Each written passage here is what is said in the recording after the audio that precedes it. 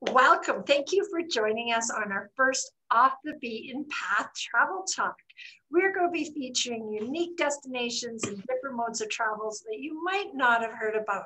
And I'm super excited to have my first guest, Kristen from Hurtigruten, which I have said that wrong, and I know that, but she is going to correct me. If when you're watching this, you'll have to practice along with her. But I am just so thrilled. We are going to be talking about traveling with your company in 2022 and 2023, which for a lot of us Canadians is so far out, but we need to book with you, right? I'm so with you on that. You know what? We're seeing huge advanced bookings coming in for 22, 23. You know, there's still some uncertainty, you know, traveling for the next little bit, which we totally understand. And that's why we purposely launched that season much earlier than we normally would have, because the demand is there. People are thinking, yeah, their comfort zone is going into 22, 23. And that's great because, I mean, especially for us, we're small ship, we're unique experiences. Sometimes they're one-off itineraries that you can actually book into. So it's so much better to be booking in advance to get that availability, to get your better pricing up front, and get into the room categories that you want. And, you know, we're all thinking of those trips of a lifetime, and we have so many of those to offer at Hurtigruten. So yes, going back to the name. Okay, all right. I've known you for a few years, and I just get this wrong. So I'm just being really upfront about it. So say it once again for everybody listening, because it's a tricky one. It's like rolling of the R's or something, isn't it? And especially too, the funny thing is even between us, how we say it here versus how they say it in Norway, totally different. So, you know, us in Canada, we just say Hurtigruten, but you hear them say it in Norway, it sounds so formal. It's Hurtigruten. So the G is technically silent. And the name, it actually means fast route or express route. So Hurtig is fast, or Ruten obviously is route. And we got the name, we actually started as a company 127 years ago, if you can believe it. No, so we're old. We've got a lot of experience sailing in polar waters, and we got the name because we actually started a steamship route along the coast of Norway.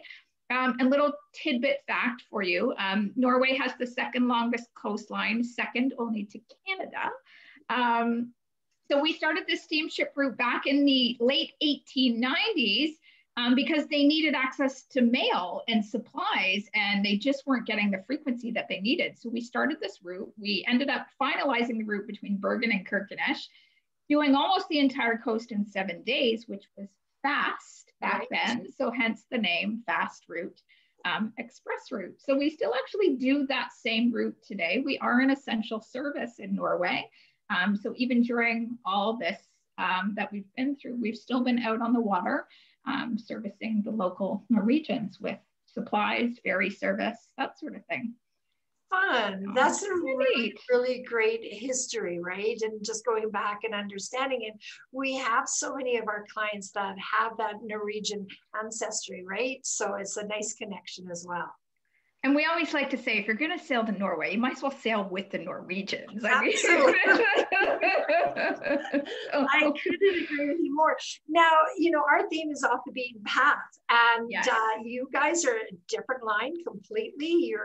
There's no zip lining. There's no big production shows, right? You guys really, really focus on the traveler that really wants to get in and feel the destination, correct? Exactly. So we are an expedition company, and what entails with expedition cruising is, you know, more of that educational focus, becoming an ambassador for the destinations that you're visiting.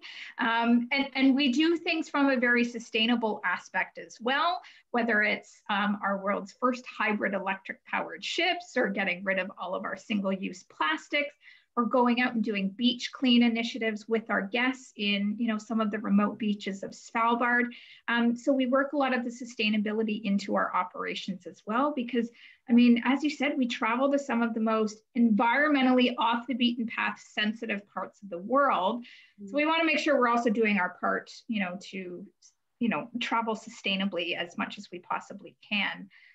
So we're lucky to be a leader in that part of the industry, and we'll continue to invest in a more sustainable way to travel. But getting to places to see the penguins, or maybe being up in the Arctic to hopefully see the polar bears, that's what it's about. It's not so much the bells and whistles of the physical ship.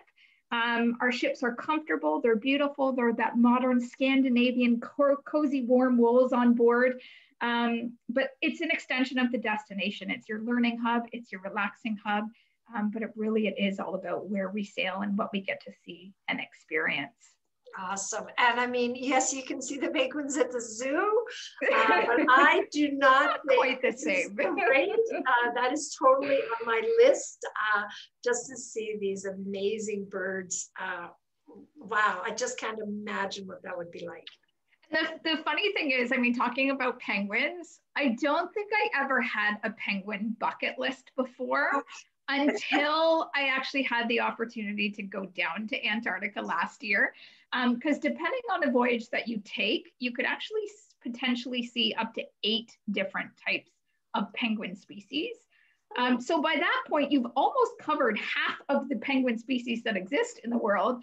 So I actually started my own penguin bucket list after that trip, knowing now I need to get to other parts of the world to start ticking off the remaining penguins. I don't know, it's a thing now. Right? Well, maybe I've started something. Maybe I can start a penguin travel club. Right? I love it. That's listening. You want I'll to be the first member. Okay, sounds good.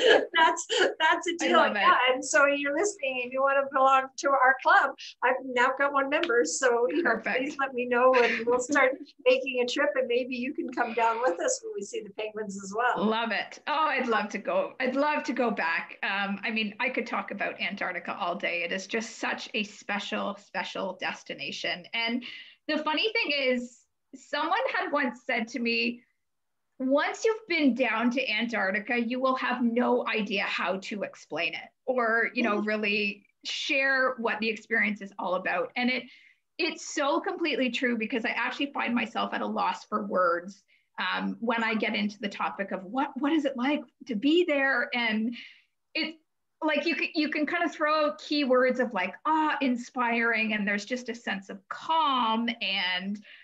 But again, it's a struggle, because it does something to you. It like changes your life's experiences for the better. And oh my gosh, like honestly, I get emotional talking about it, because it is just such a special place, and it's unlike any experience that you will ever have in travel.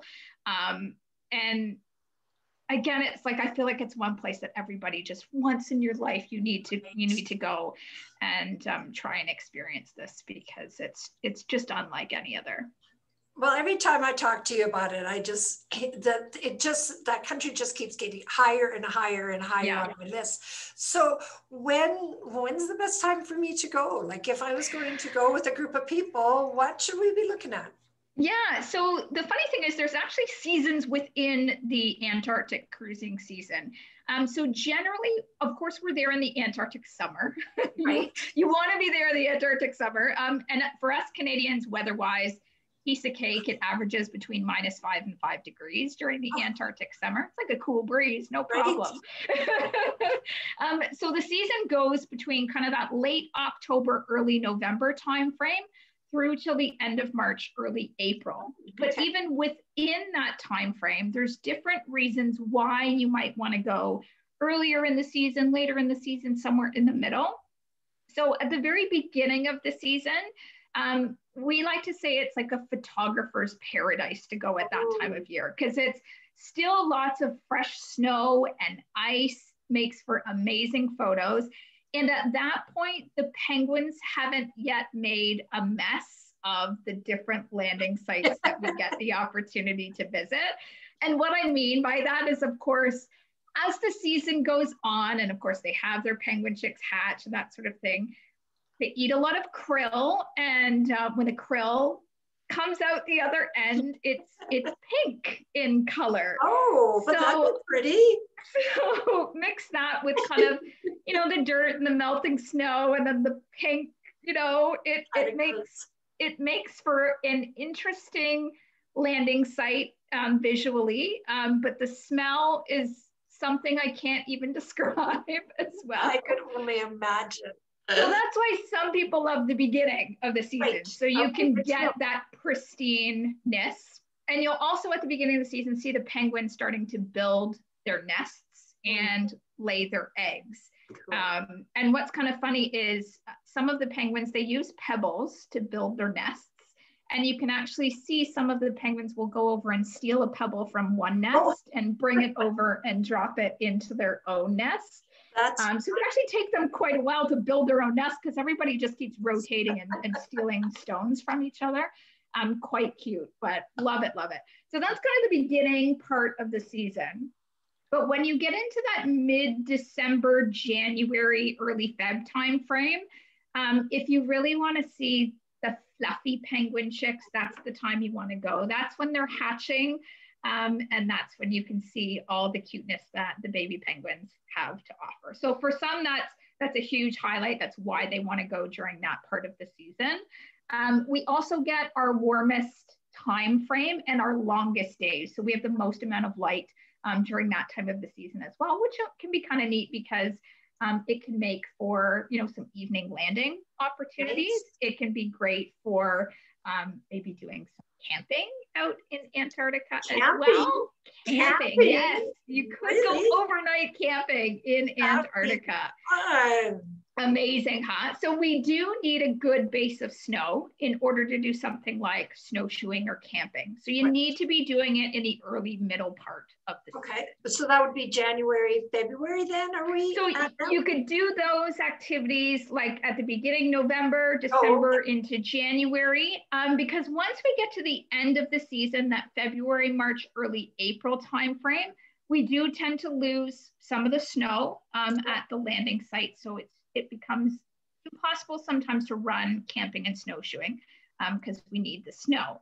But by the end of the season, where there's kind of a cool benefit is we hope that the ice has actually receded enough we can cross below the Antarctic Circle. So that's kind of a little bucket list thing that some people do want to achieve because it's probably more common that people get to cross the Arctic Circle, you know, if you're doing Norway cruises, that sort of thing. But to get down below the Antarctic Circle is even more of a feat to try and accomplish.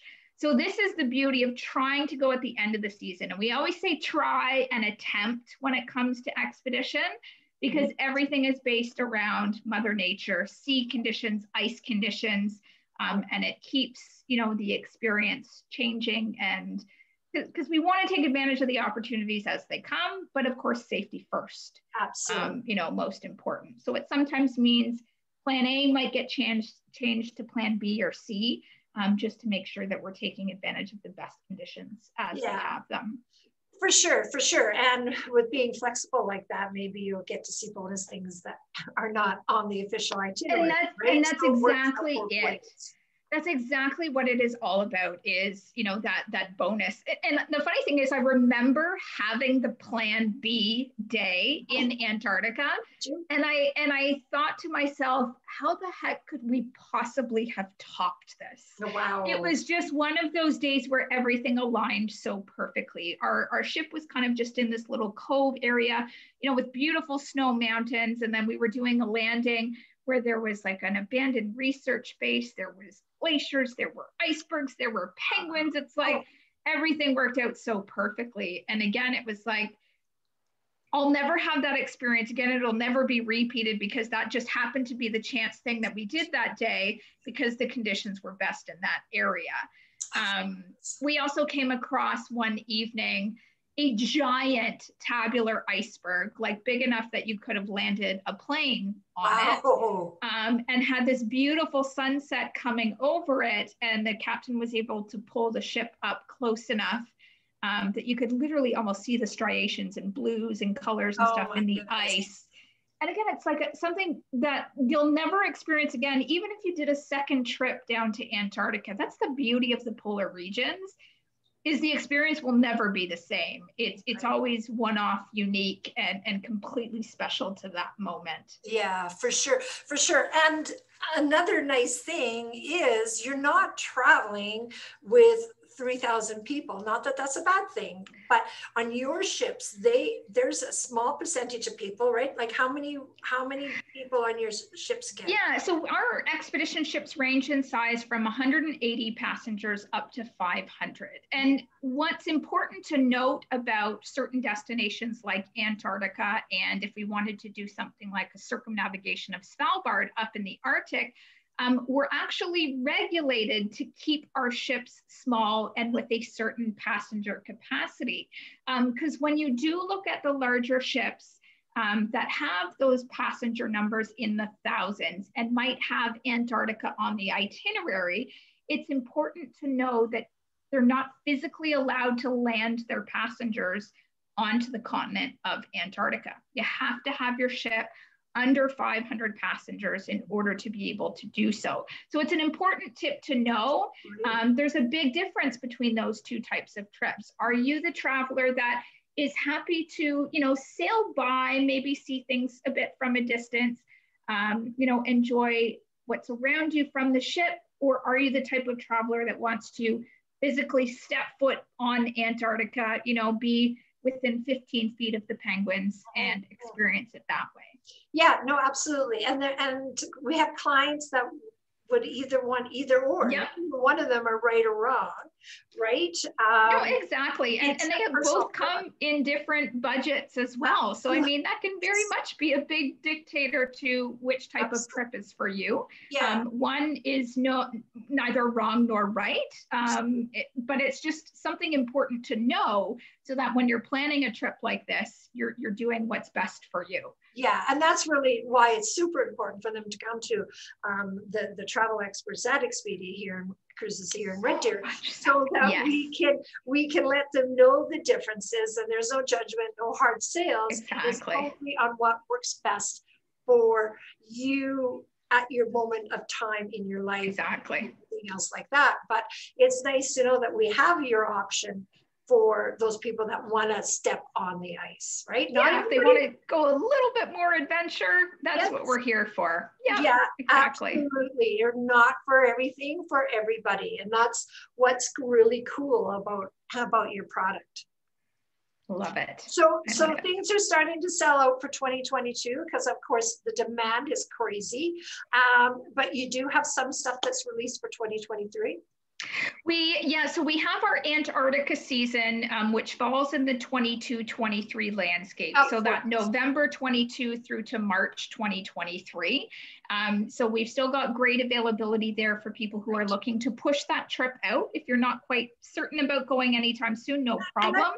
Plan yourself 2 years in advance. And especially for a trip like this, it gives you that excitement and that period of time of, something spectacular to look forward to and to prepare in terms of packing. Like, I feel like anytime I went to the Arctic, when I went down to Antarctica, I think I bought a totally new wardrobe for each trip. It's not, you don't have to, but that's just what I did because it was part of my way of looking forward to, a new trip.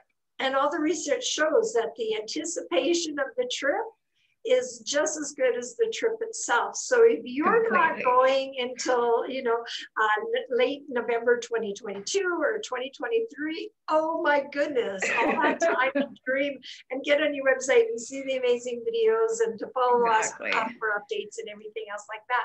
Well, I want to go. I'll have to talk to my husband to see if he's gone, or maybe, I don't know, girls trip or something else like that. But, and of course, seeing these little guys behind me would be amazing. Now, just before we end, you actually were just there not really all that long ago. I know it doesn't seem like that long ago, but I guess it was about a year now that I was there. And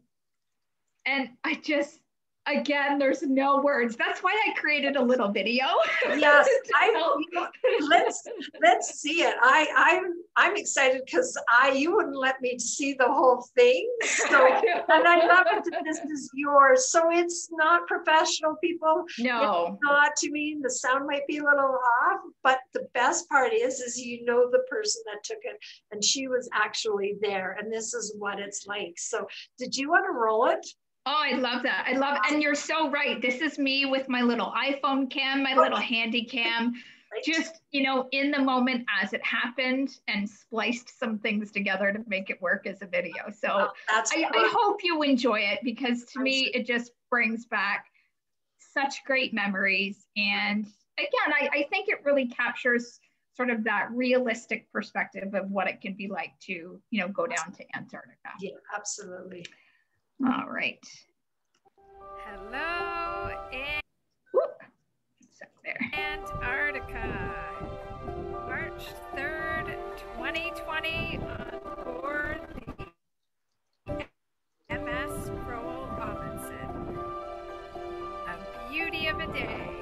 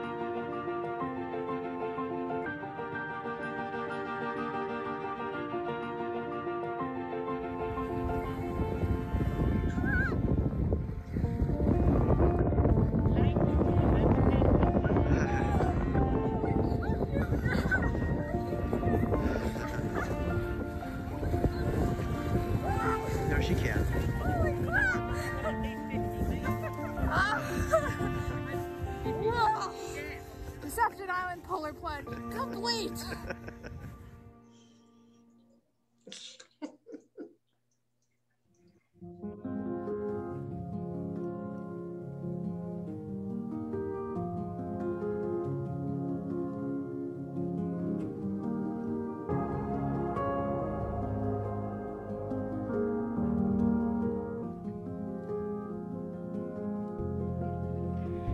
This is one of those days where you can't believe you're seeing what you're seeing, and video and photos don't do it justice.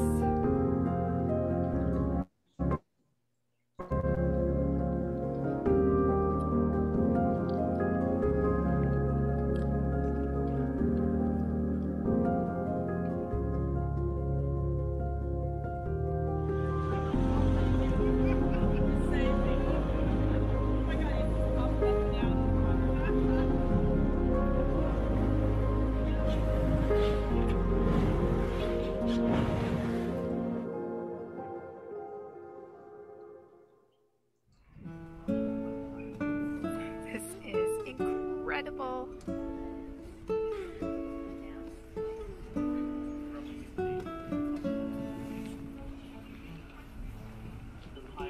This is like Antarctica at its finest. Wow, what a day.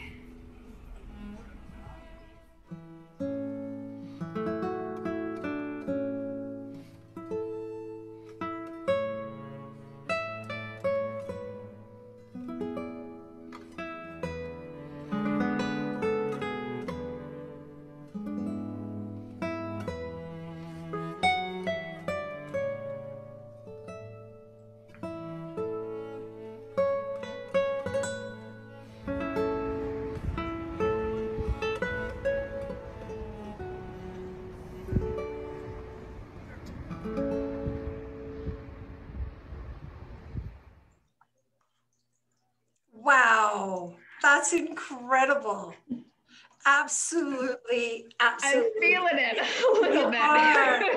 You are. I was just thinking, you go into a party and somebody goes, "So where are you?" And I just came back from Antarctica. Like every conversation would stop, right? Like you would be like the center of attention because everybody would be dying to know. So, wow, that was incredible. Thank you for giving us a little insight. I mean, you guys travel to many more parts of the world than Antarctica. We will have you on again. Definitely we'll hit maybe another off the beaten path destination for everybody to tune into. I want to thank you for your friendship and your support, and for always being there for our team to give us our training, whatever else that we need. And we're looking forward to getting on board with you. Oh, thank you so much. It's such a pleasure to be here and to see you and to have your team. And we're here for you, and we are ready to help you get your guests to these amazing destinations. Okay. Awesome. So everyone, we are standing by. So if this is something you want to explore, make sure you give us a call at 403-341-0177. We will get you in contact with our agents that are just waiting to live through our clients on this amazing trip. So until then, be safe. We are looking forward to amazing travel again in 2022 and beyond. And we will chat with you soon. Bye, everyone.